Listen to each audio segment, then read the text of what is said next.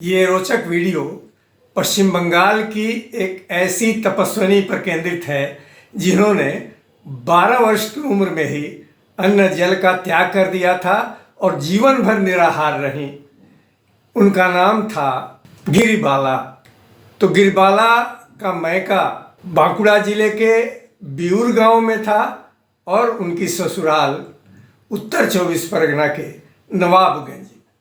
काफ़ी दूरी थी, लेकिन वो दैव योग से विधवा हो गई और अपना बाकी का जीवन अपने मैके बांकुड़ा जिले के बिऊर गांव में बिताई। तो ये जो घटनाएं मैं बता रहा हूँ वो इन दोनों, उनके मैके और उनके ससुराल दोनों की हैं। उस समय अंग्रेजों का ज़माना था और बर्दवान के महाराजा ने जब सुना कि एक साध्वी, एक तपस्विनी अन्न जल नहीं ग्रहण करती तो उनको बड़ा आश्चर्य हुआ। उन्होंने 3 बार गिरिबाला का टेस्ट लिया। 2 महीने तो बिल्कुल ताले में बंद करके रखा और जब वो 2 महीने के बाद निकली, ताला खोल कर निकाला गया तो बिल्कुल उनका चेहरा पहले की तरह चमकता हुआ दिखा। नमस्कार, मैं हूं विनय बिहारी सिंह। मेरे YouTube channel tea break with Vinay Bihari Singh पर आपका बहुत बहुत स्वागत है। इस वीडियो को बनाने में मैंने महान योगी परमहंस योगानंद जी की पुस्तक योगी कथामृत की मदद ली है। तो आइए चलते हैं और इस वीडियो में आगे क्या है जानते हैं। गिरिबाला को बचपन में भयंकर भूख लगी रहती थी और उनकी भूख कभी शांत नहीं होती थी। और जब वो 9 वर्ष की थी तभी उनकी सगाई हो गई और उनके लगातार खाते रहने के कारण उनकी माँ कहती थी कि बेटी, खाने की इच्छा पर कंट्रोल करो। शादी हो जाने के बाद जब अपने पति के घर जाओगी वहाँ लोग देखेंगे कि तुम निरंतर खाती रहती हो तो लोग क्या सोचेंगे। और सचमुच जो माँ कहा करती थी उनकी कि भाई कंट्रोल करो नहीं तो बड़ी बदनामी होगी, वही हुआ। जब वो शादी के बाद नवाबगंज गई पति के घर तो उनकी आयु 12 वर्ष थी।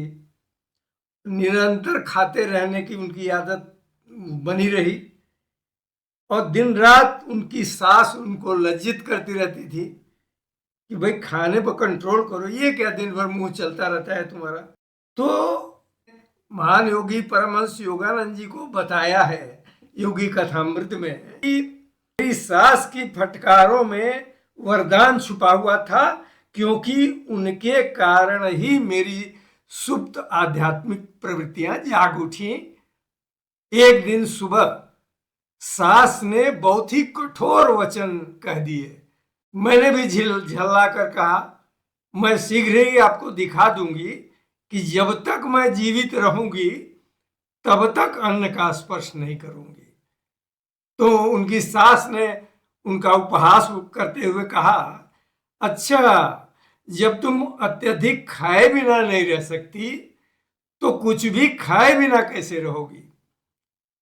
और फिर चुप हो गई गिरिबाला और अपने कमरे में गई और उनके मन में एक वज्र संकल्प घुस गया। वो एकांत स्थान में गई और उत्कट प्रार्थना भगवान से की कि प्रभु, मेरे पास एक ऐसा गुरु भेजिए जो मुझे अन्न के बदले आपके प्रकाश से जीवित रहना सिखा सके। और ये प्रार्थना वो लगातार करती रही ईश्वर से। और उन्होंने बताया है कि अति आनंद के साथ साथ एक तंद्रा सी मुझ पर छा गई। उस तंद्रा में मैं नवाबगंज के गंगा घाट की ओर चल पड़ी। रास्ते में मेरे ससुराल के पुरोहित मिले।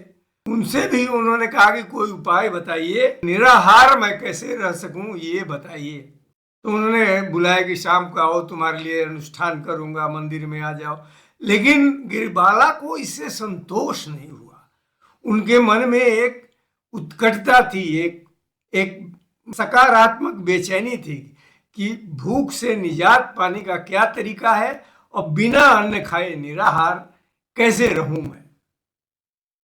तो उसी तरह चलती गई और फिर वो गंगा स्नान, गंगा उनके गांव से, नवाबगंज के किनारे से बहती है गंगा, वहां गई और वहां उन्होंने नहाया बड़े प्रेम से, शुद्ध हृदय से, मन से।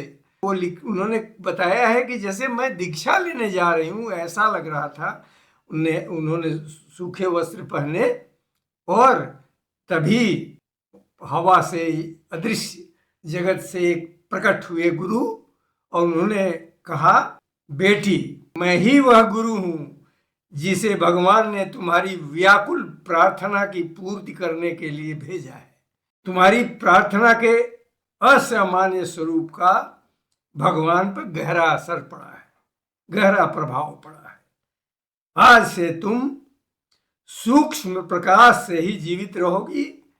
तुम्हारे शरीर के अणु परमाणु ब्रह्मांड में व्याप्त अनंत प्रवाह से सीधे नौ शक्ति प्राप्त करेंगे। और फिर उन्होंने दीक्षा दी उनको, और दीक्षा देने के पहले घाट पर आने वाले लोग इस दीक्षा कार्यक्रम को न देख सकें, इसके लिए उनकी अदृश्य जगत से आए गुरु ने चारों ओर उनके और अपने एक वलय, अदृश्य वलय, प्रकाश का वलय तैयार कर दिया। तब उनको दीक्षा दी। तो गिरिबाला जी ने महान गुरु परमहंस योगानंद जी को बताया है कि मेरे गुरु ने मुझे एक ऐसी क्रिया प्रविधि की दीक्षा दी जो शरीर को मर्त्य लोगों की स्थूल अन्न पर निर्भरता से मुक्त कर देती है। उस प्रविधि में क्या है?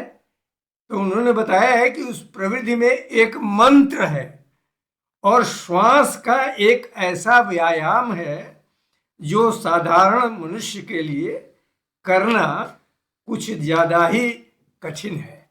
उन्होंने बताया है कि इस क्रिया में कोई जादू नहीं है और कोई दवाई भी नहीं है, क्रिया के अतिरिक्त कुछ भी नहीं है। गिरिबाला को दीक्षा मिलते ही उनकी भूख और प्यास हमेशा हमेशा के लिए समाप्त हो गई। और परमानंद जी ने उनसे पूछा कि मां, निराहार जीवित रहने की पद्धति आप दूसरों को क्यों नहीं सिखाती?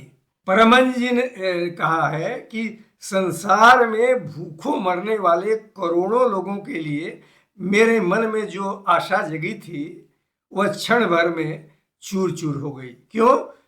क्योंकि गिरिबाला ने कहा, नहीं, मेरे गुरुदेव ने इस रहस्य को कभी किसी पर प्रकट न करने का सख्त आदेश दे रखा है। वे ईश्वर की सृष्टि लीला में किसी प्रकार से दखल देना नहीं चाहते। यदि मैं अनेक लोगों को निराहार रहना सिखा दूं तो किसान लोगों को भी वह अच्छा नहीं लगेगा। रस भरे फल भूमि पर बेकार ही पड़े रहेंगे। ऐसा लगता है कि दुख, भुखमरी और जरा व्याधि हमारे ही कर्मों के चाबुक हैं जो हमें अंततः जीवन के सच्चे अर्थ को जानने का प्रयास करने पर विवश करते हैं। तो परमानंद जी ने उनसे कहा कि मां, अकेले आपको ही निराहार रहने का सामर्थ्य देने का क्या उपयोग है? तो गिरिबाला ने कहा, यह सिद्ध करने के लिए कि मनुष्य आत्मा है, यह दिखाने के लिए कि दैवी उन्नति द्वारा मनुष्य धीरे धीरे सनातन तेज से जीवित रह सकता है, कि उसे अन्न की कोई आवश्यकता नहीं रहती।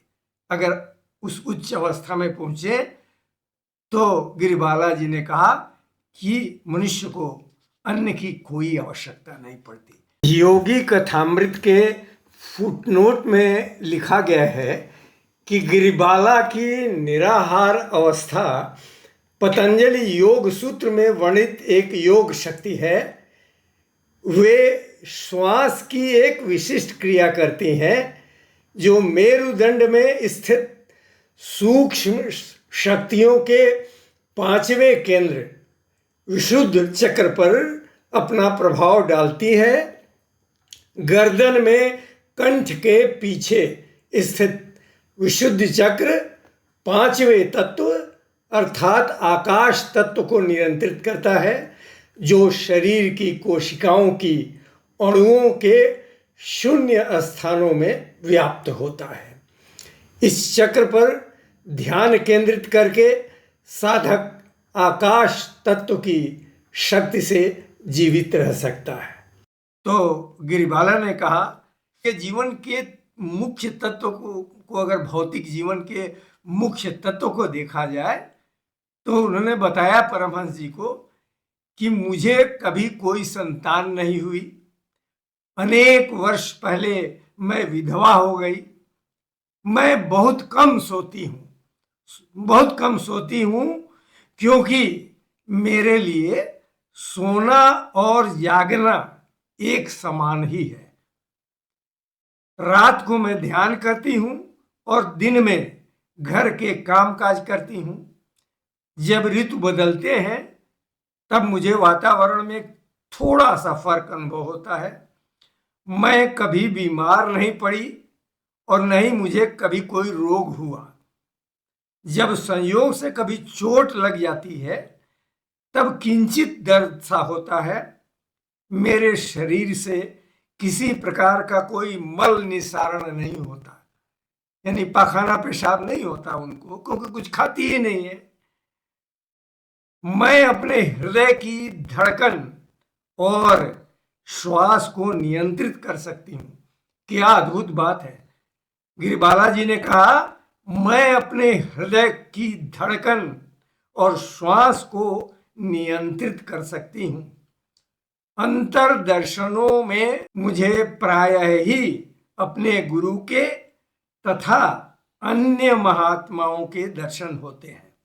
अच्छा, गिरिबाला को एक अद्भुत शौक था। वो स्वयं तो निराहार रहती थी, लेकिन उनकी हॉबी थी कि मैं दूसरे के लिए खाना बनाऊं और उनको खिलाऊं। दूसरों के लिए खाना बनाना और उनको खिलाना उनके लिए बड़ा आनंद का विषय था। नमस्कार।